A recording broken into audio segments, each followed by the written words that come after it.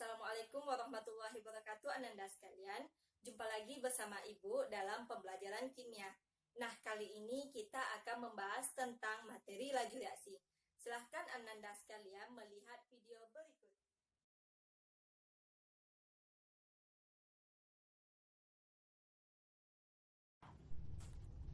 Oke, kali ini kita akan mempelajari mengenai faktor-faktor yang mempengaruhi laju reaksi. Nah, sebelum kita masuk ke faktor-faktor yang mempengaruhi laju reaksi, kita jawab dulu pertanyaan ini. Pertama, bagaimana reaksi itu bisa terjadi bila kita jelaskan dengan teori tumbukan? Nah, reaksi itu bisa terjadi karena adanya tumbukan yang efektif antara partikel-partikel zat yang bereaksi. Kemudian, apakah setiap tumbukan bisa menghasilkan reaksi? Tentunya tidak, karena tumbukan yang menghasilkan reaksi itu hanya tumbukan antar partikel yang memiliki energi kinetik yang cukup dan arah tumbukan yang tepat. Nah, pernahkah kalian melarutkan gula di dalam air dingin? Nah, bagaimanakah proses pelarutannya? Apakah gula tersebut larut semua atau tidak? Kemudian, bagaimana kalau gula dilarutkan ke dalam air panas? Apakah ada perbedaannya? Nah, tentunya pasti ada. Nah, kali ini kita akan hubungkan dengan faktor-faktor yang mempengaruhi laju reaksi. Ada 4 faktor. Yang pertama adalah konsentrasi, kemudian luas permukaan bidang sentuh, suhu, dan yang terakhir adalah katalis. Untuk yang pertama, kita bisa mengamati pengaruh konsentrasi terhadap laju reaksi.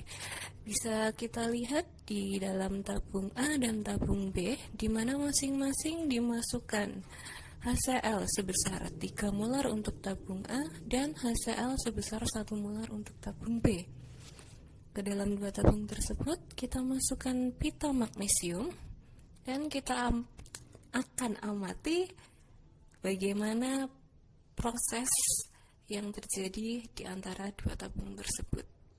Nah, bisa dilihat di dalam tabung A, pita Mg lebih cepat larut daripada pita Mg yang berada di dalam tabung B. Nah, hal ini bisa kita lihat dari tumbukan antar partikelnya, bahwa pada tabung A, partikel yang dihasilkan itu lebih banyak, sehingga tumbukan efektif itu juga akan lebih banyak, sehingga laju pada tabung A akan lebih cepat dibandingkan dengan laju yang ada di tabung B. Kemudian yang kedua, bagaimana penjelasan lebih rincinya? Untuk faktor yang pertama, mengenai konsentrasi, bisa kita lihat bahwa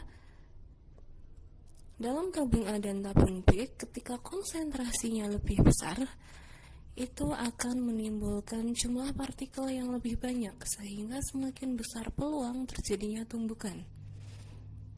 Oleh sebab itu, semakin banyak pula kemungkinan terjadinya tumbukan efektif, sehingga laju reaksinya akan lebih cepat pada konsentrasi yang lebih besar.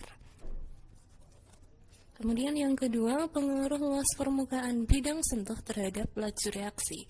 Bisa kita lihat di tabung yang sebelah kiri ada serbuk CaCO3, sedangkan di sebelah tabung kanan ada kepingan CaCO3, di mana di dalam kedua tabung tersebut dimasukkan HCl dengan konsentrasi yang sama, yaitu 2 molar. Untuk laju reaksi antara serbuk dan kepingan tentunya akan lebih besar yang serbuk. Bisa kita lihat tumbukan yang terjadi pada serbuk CaCO3 itu lebih banyak dibandingkan yang kepingan. Nah, mengapa itu bisa terjadi? Ini karena semakin luas permukaan bidang sentuh tentunya akan membuat suatu laju reaksi itu semakin cepat.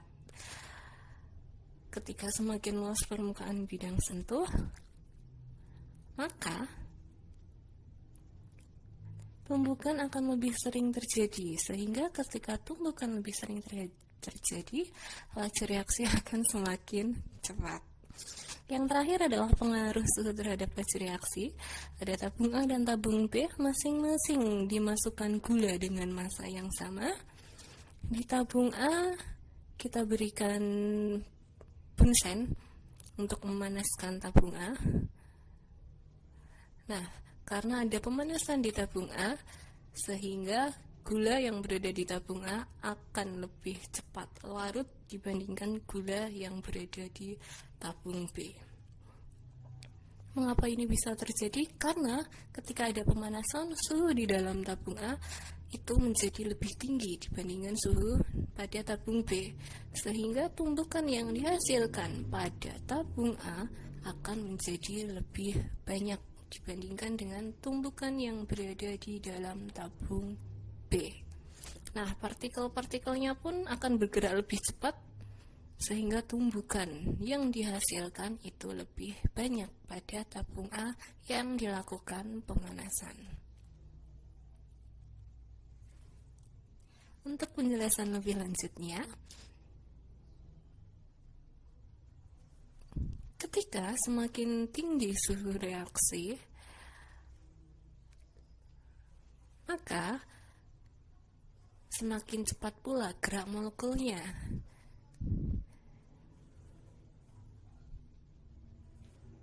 Sehingga akan menimbulkan energi kinetik yang lebih besar. Karena energi kinetiknya lebih besar, maka kemungkinan terjadinya tumbukan efektif juga semakin besar, sehingga laju reaksi akan berlangsung lebih cepat pada suhu yang lebih tinggi. Suhu merupakan salah satu faktor-faktor yang mempengaruhi laju reaksi, di mana kenaikan suhu suatu reaksi menyebabkan nilai energi aktivasi menjadi turun. Hal ini dijelaskan oleh ilmuwan kimia yang berasal dari Swedia yang bernama Svante Arrhenius, yang mana beliau menggunakan persamaan hubungan suhu dengan energi aktivitas seperti yang tertera pada gambar. Pada umumnya, untuk setiap kenaikan suhu 10 derajat Celcius, laju reaksi menjadi 2 kali lebih cepat waktunya, setengah kali lebih cepat dari semula. Setiap kenaikan suhu sebesar derajat Celcius, reaksi menjadi N kali lebih cepat. Berdasarkan hal tersebut, kecepatan reaksi pada suhu akhir dibandingkan pada suhu awal dapat dirumuskan sebagai berikut, yang mana VA merupakan laju pada saat suhu akhir, VO merupakan laju pada saat suhu awal, delta V merupakan pertambahan laju, TA merupakan suhu akhir dikurangi TO merupakan suhu awal dibagi dengan delta T ialah koefisien kenaikan suhunya. Jadi, inilah rumus untuk menentukan kecepatan suhu akhir dibanding kecepatan suhu awal. Aduh, bosan nih. Kenapa kok? Jalan-jalan yuk. Boleh. Mau kemana? Ke pantai aja gimana? Boleh juga tuh. Kalau begitu berangkat yuk.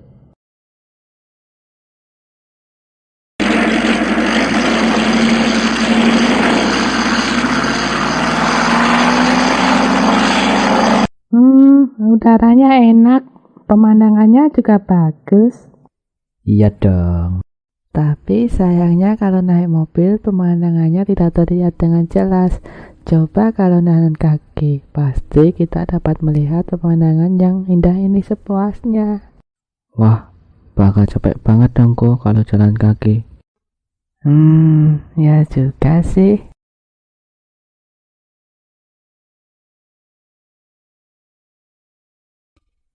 Tapi tadi sayang banget loh Bam, karena kita nggak bisa lama nikmati pemandangan yang indah tadi. Coba kamu bayangkan jika kita melewati bukit tadi dengan jalan kaki.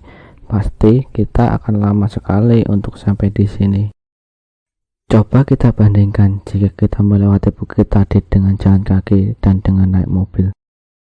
Jika kita melewati bukit dengan jalan kaki, bukit akan terasa sangat tinggi karena kita membutuhkan energi aktivasi yang banyak. Berbeda jika kita melewati bukit dengan naik mobil.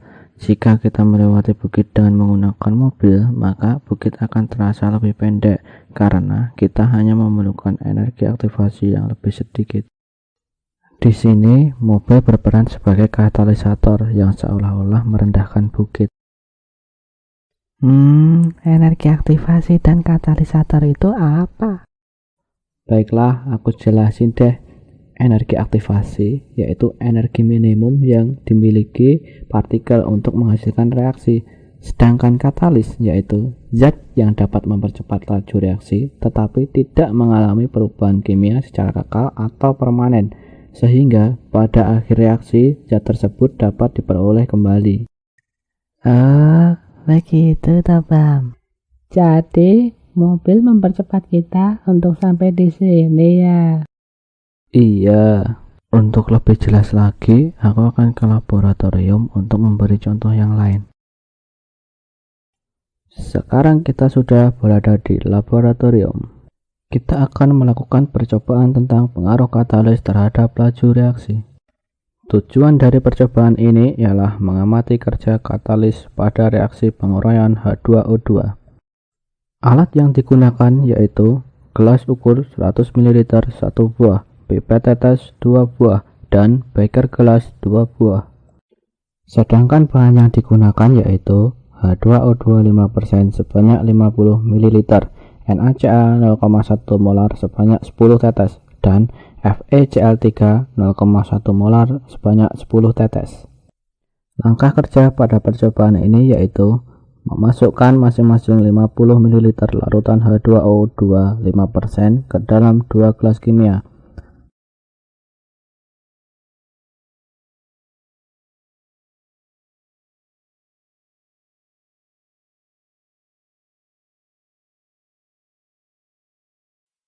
Selanjutnya, menambahkan 10 tetes larutan NaCl 0,1 molar ke dalam gelas kimia pertama dan 10 tetes larutan FeCl3 0,1 molar ke dalam gelas kimia kedua. Amati kecepatan timbulnya gelembung.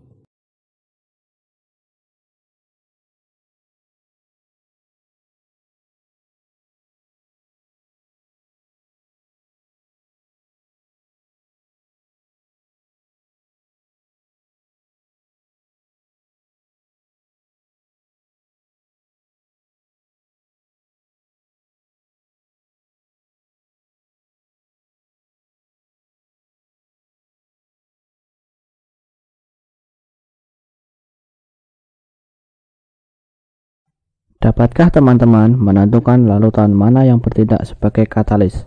Dan dapatkah teman-teman menarik kesimpulan dari praktikum tadi? Apa sekarang kamu dapat menyimpulkan hasil dari percobaan tadi? Jadi pada percobaan tadi, zat yang dapat mempercepat reaksi yaitu FeCl3 karena H2O2 yang ditambah FeCl3 menghasilkan gelembung gas yang lebih banyak daripada H2O2 yang ditambah NaCl. Yup, benar banget. FeCl3 berperan sebagai katalisator yang berfungsi menurunkan energi aktivasi. Hal ini dapat dijelaskan sebagai berikut. Seperti pada grafik ini, katalis menurunkan energi aktivasi dengan cara mengubah mekanisme reaksi, yaitu membuat tahap-tahap reaksi yang mempunyai energi aktivasi lebih rendah.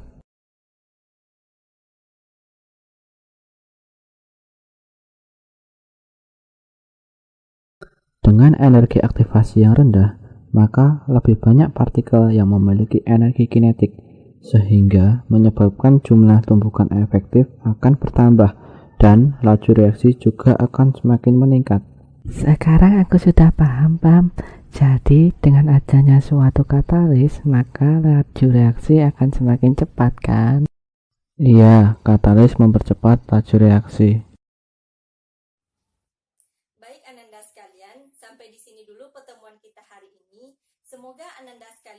paham dengan materi yang sudah Ibu jelaskan tadi. Nah, jangan lupa untuk mengerjakan soal yang terdapat di dalam ELKPD. Selamat mengerjakan.